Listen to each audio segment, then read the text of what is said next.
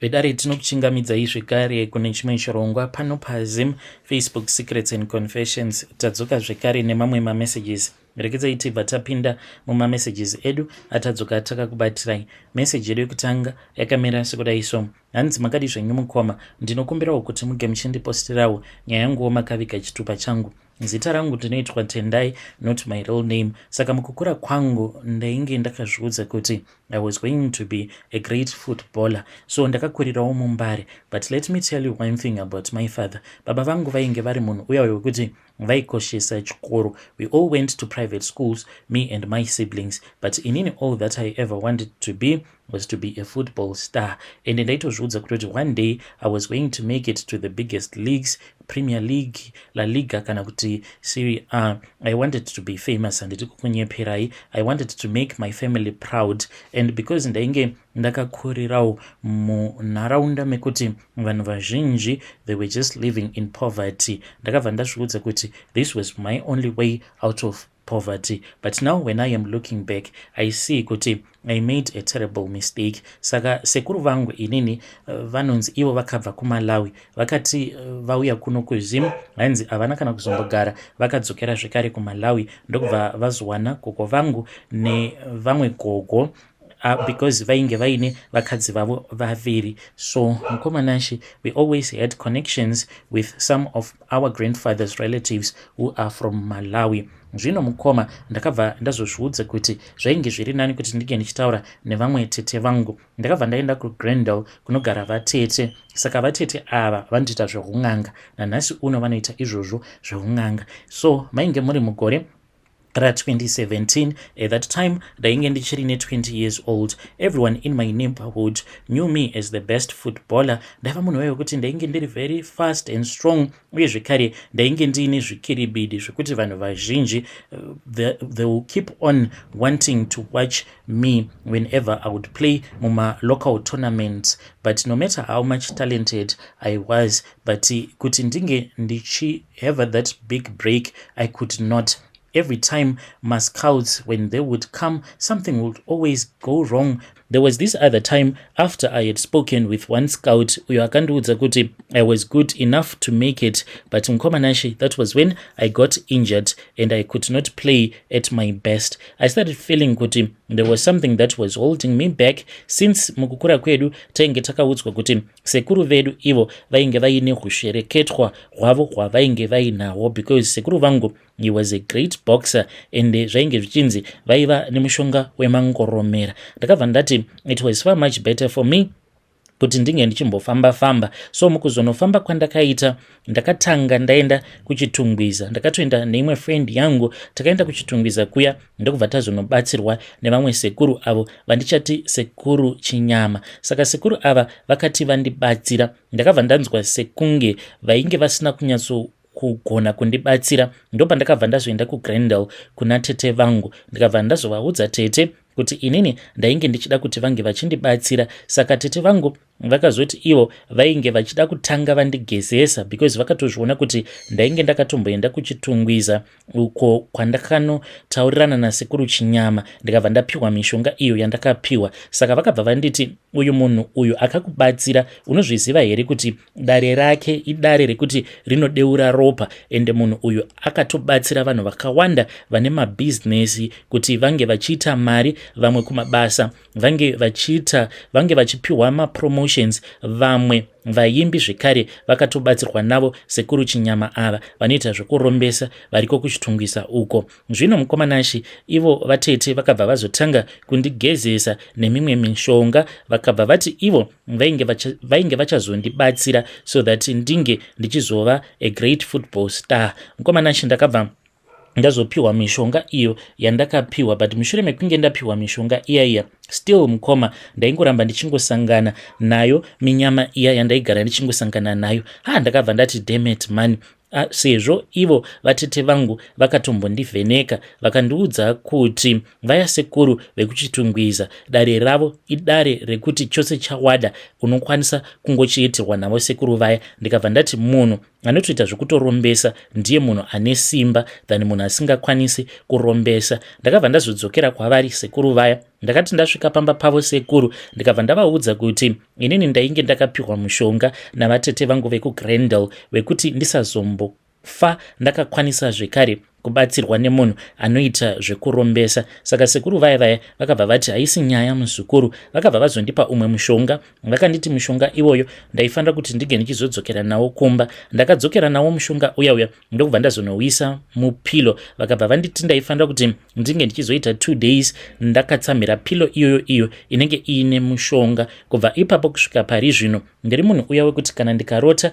chandinenge ndarota handizochirangariri, because ivo vakati hanzi wainge uri mushonga wekuti unge uchizodzimaidza vadzimu so that vange vasazokwanisa kundishanyira kuhope. Mukomana acho ndakazodzokera kuchitungwiza kuya. Ndakati ndadzokera kuchitungwiza vakabva vazonditora sekuru vaya, vakabva vati dare rangu vainge vachida kuti tinge tichizonoriita kumusha kwavo. Takaenda kuya but ndainge ndisirini ndega, painge paine vamwe zvekare vainge vachida kubatsirwa because sekuru ava vatori nemotikari dzavo dzakawanda. Takatoenda mukoma takazadza kombi, yainge iri kombi yevarapwa vainge vachida kubatsirwa navo sekuru ava. Takazoti tasvika kumusha kwavo, hey, I was very nervous but I was excited. Then ndokubva tazopiwa pekurara.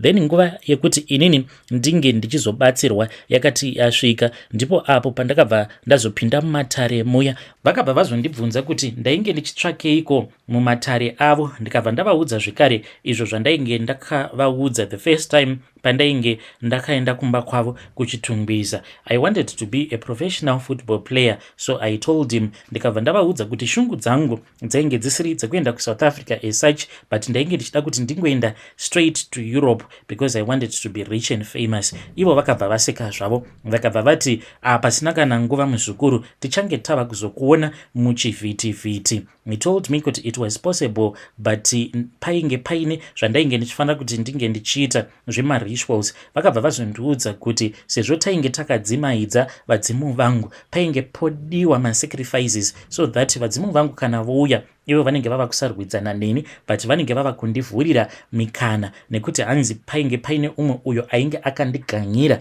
mushure mekunge aona kuti ndainge ndichigona chaizvo kutamba bhora. So ivo vakabva vazonditi painge pachidiwa kuti ndinge ndichizoita masacrifice. Ndakavabvunza ndikabva ndati nhai sekuru, zvino zvamava kutaura nyaya yemasacrifice mava kundivhundutsa nekuti inini ndichiri pwere, handina zvakawanda zvandinonzwisisa panyaya idzi dzekupinda mumatare nezvose zvinodiwa nezvinenge zvichitaurwa mumatare. Ndikabva ndati nhai sekuru, munoda chiko kubva kwandiri? Ivo vakabva vati handini zvakawanda kubva kwauri iwe piri, nekuti iwe neni tiri hama nehama. Vakabva vati ivo vainge vachida kuti ndinge ndichingouraya huku. Vakabva vati kuuraya kwauchaita huku uku ndo kuchazokubatsira so that vadzimu vako vange vachizouya vange vachizokubatsira vachikuvhurira mikana. Nekuda kwekuti I was young and naive, handina kubvunza mibvunzo yakawanda kuti ko huku iyi yandainge ndava kunzi ndinge ndichiuraya ndonwa ropa racho, then rimwe ropa rinenge rasara ndobva ndatanga kuzvigeza makumbo angu uye zvekare nemashooters angu neropa iroro ndakabata huku yacho.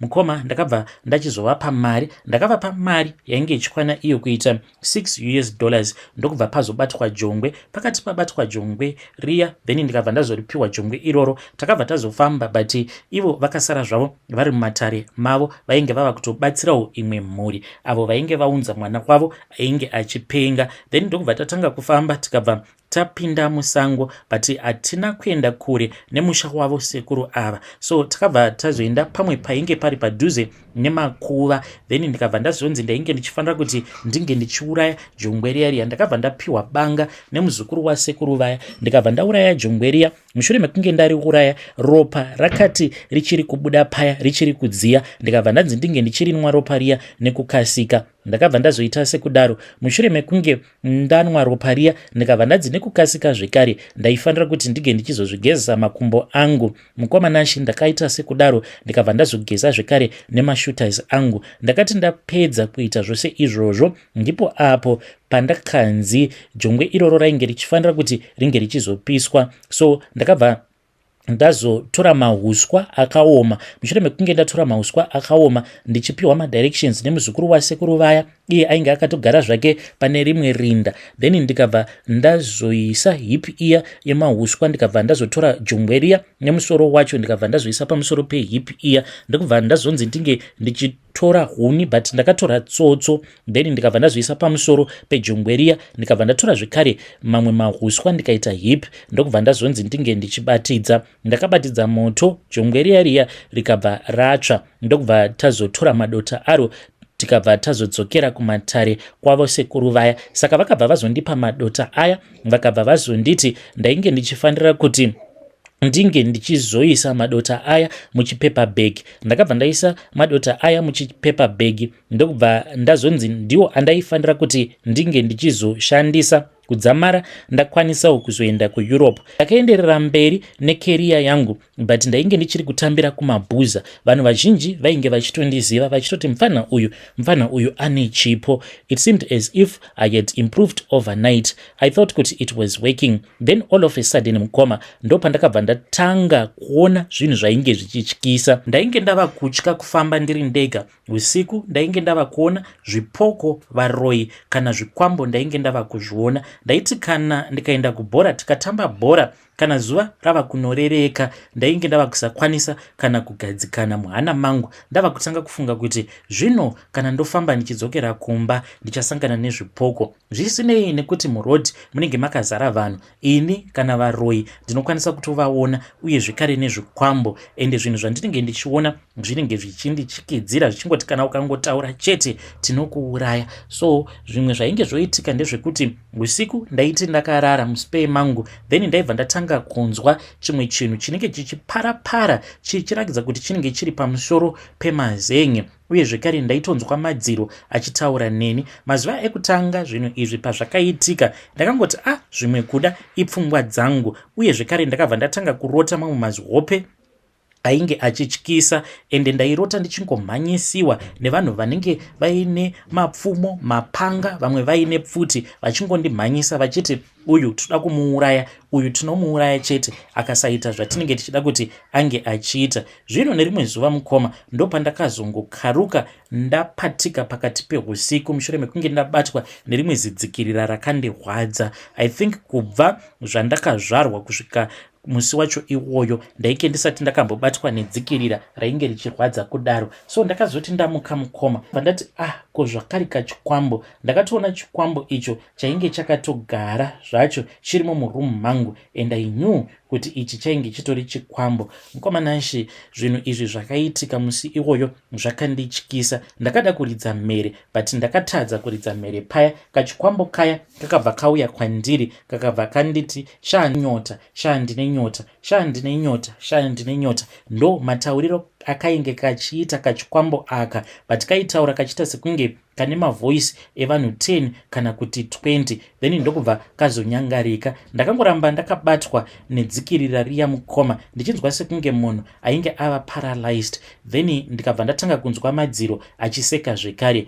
Then it was sudden silence. Mukoma ndo pandakabva ndazoti makuseni ndakamuka ndikabva ndaenda kuchitungwiza, ndikabva ndaenda kumba kwavo sekuru ava, sekuru chinyama. Ndakati ndasvika kumba kwavo ivo vakatozviona kutoti there was something that was wrong, because ndainge ndichiita kubvunda. Kunyange apo pandainge ndiri mukombi kana hwinde akatondibvunza kuti ndainge ndamukira here kunwa kambwa, nekuda kwekuti ndainge ndichibvunda apo pandakanomutambidza mari yekombi. Mukoma ndakazoti ndasvika kuchitungwiza kuya, sekuru vaya vakabva vatongozviziva kuti painge paine zvandainge ndakasangana nazvo. Zvino sekuru ava vakabva vatorakidza kutoti vainge vachifara. Ndikabva ndati ko nhaye sekuru ko munogofareiko? Vakabva vati ndiudze muzukuru wangu kuti chinhu ichi chawakaona chakakuudza kuti kudii. Ndokubva vatanga kuseka paya. Zvino mukoma nashi vakati vachiseka kudaro ndikabva ndatanga kuchema. Vakabva vati iwe ndaifungidzira kuti iwe une zvivindi, ko zvatinoziva kwani kuti isu vana Piri tine zvivindi isu vekuMalawi, but iwewe ndashamisika newe. ko chindiudza kuti chinhu ichi chakakuudza kuti kudii? Ndopandakabva ndazovaudza kuti chikwambo ichi chainge chakandiudza kuti icho chainge chichida ropa. Vakabva vati chipe karopa, chipe karopa. Ndikabva ndati mukuda kuti ndinge ndichichipa ropa rei? Vakabva vati ivo vainge vasingakwanisi kundiudza kuti chikwambo ichi chainge chichida ropa rei. Ndakabva ndazodzokera kumba mushure mekunge vandipa umwe mushonga uyo wavakanditi kana ndodya paya ndaifanira kuti ndinge ndichizotora sadza. Kana ndatora sadza then ndobva ndazoriisa pafloor, ndobva ndazotanga kudya ndichitemura sadza riya. Then kana ndapedza kudaro ndobva ndazotora mvura ndobva ndazomixa nemushonga uyo kwavainge vandipa, then ndinenge ndatosimbisa hana yangu. Zveshuwa chikwambo chiya chakazodzoka usiku. Chakati chadzoka chikwambo chiya chikabva chazondiudza kuti icho chainge chichida ropa. Ndakachibvunza kuti chainge chichida ropa raani, chikabva chati first of all chainge chichida ropa raamai vangu. Chikabva chati nekuda kwekuti amai vako vakangwarisa. Ndikabva ndati why is it uchiti amai vangu vakangwarisa? Chikabva chati nekuda kwekuti vanogara vachinamata. Dzimwe nguva ndotomboda kutomboya pano pamba but handikwanise because kachembere ikaka kakani kari busy kachinamata kana kutsamira bhaibheri, saka zvinondikanganisa izvozvo. Then 2019 ndakaenda, we were supposed to play with this other team, saka kwainge kuine mascouts, local scouts. Ndakati ndaenda kuya and I then had an injury, ndokubva ndachikoka gumbo. Kubva ipapo kusvika pari zvino I never recovered. Zvebhora ndakabva ndasiyana nazvo. 2019 ndakanetsana nacho chikwambo ichi. Then mugore ra2020 amai vangu ndo pavakazoshaika. Amai vangu pavakashaika mainge muri muna March, mushure mekunge chikwambo ichi chatanga kundirwarisa. Chikwambo ichi ndakachiona ndichigeza chikabva chanditi asi nhaiwe apiri, ko zvaunotorakidza kuti iwewe une nharo? Ndikabva ndati ndine nharo dzei? Apa ndainge ndichitaura ndega, vanhu vainge vakutofungidzira kuti zvimwe kuda ndava kupenga. Then chikabva chati handiti ndakakuudza kuti unofanira kuti unge uchichekeresa amai vako because ropa ravo ndiri kurida. Koma ndakabva ndaramba ndakanyarara. Chakabva chandirova ndokubva chanyangarika. I still remember that night pandakazobvuma, wainge uri musi wa12 March. Chakauya muward mandainge ndiri, chikabva chati iwe ndauya naRufu. Ndikabva ndati Rufu ndiani? Chikabva chati chainge chauya nemweya weRufu nekuti nguva yangu yekuti ndinge ndichifa yainge yakwana. Ndopandakabva ndatanga kuchema. Chikabva chati usachema apiri nekuti uri kufanira kuti unge uchingondipa mweya waamai vako. Ndobva ndadzinga mweya weRufu, ndakabva ndabvuma mukoma. Then chikabva chatonyangarika paya. Ndakabva ndazotanga kunzwa voice racho munzeve dzangu like maungira so chichiseka. Ndikabva ndazonzwa amai vangu vachiridza mhere. Ndikatoziva kutoti amai vangu vainge vatorohwa nacho chikwambo. Amai vangu vakashayika mukoma. Mushure mekunge amai vashaika kusvika pari zvino mukoma ndiri kutongoraramiswawo nebhero. Icho chiri kuti chinokwanisa kundiita munhu ane mari but ndiri kuramba kuchekeresa hanzvadzi yangu. Hey, vedari ndo message iyo yandakatumidzirwa ichibva kuna mukoma vedu avo. Ngatizame kuti tinge tichitaura navo mukoma vedu ava mucomment section. Strange things indeed they do happen in this world. Yo, zvakangooma hazvo vedu we.